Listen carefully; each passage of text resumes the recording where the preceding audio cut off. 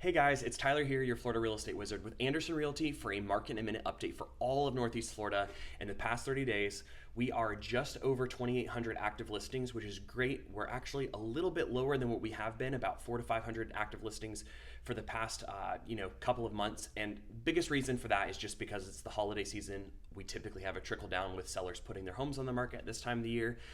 However, we are seeing that buyer activity still happening pretty regularly. The amount of pending listings that we have right now is just over 6,000, which is just about where we were a couple months ago. And our average or amount of sold homes, that we have had over the past 30 days is right around 2,700. So very, very similar. Not seeing much of a difference in activity there. Our average days on market is 32 days, which is very similar as well. That trend has been kind of following us this whole year of having a month or less of active days on the market, which is great because considering that considers all of Northeast Florida, that's a great number. We haven't had those low numbers in years.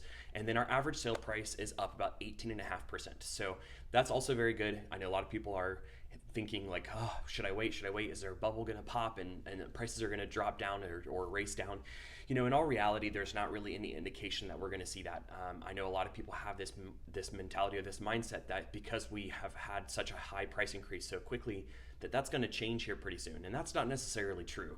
There's a lot of factors that kind of go into that, and we're not really seeing a lot of those red flags that we had in the past.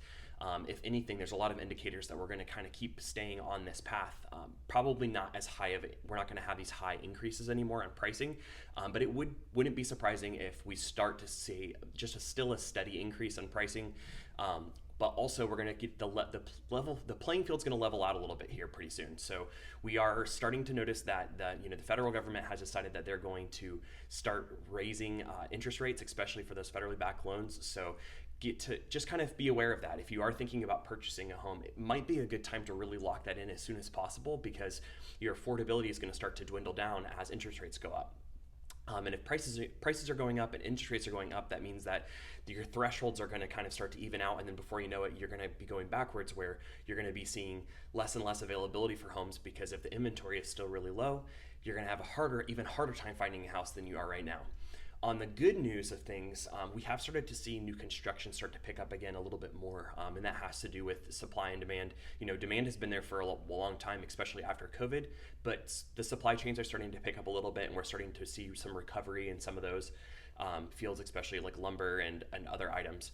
But also what's kind of cool is that we've noticed a lot of builders are starting to add more spec and more inventory homes. So that gives buyers more of an opportunity to see homes that are going to be ready soon or already ready to put a contract on and move in a lot sooner.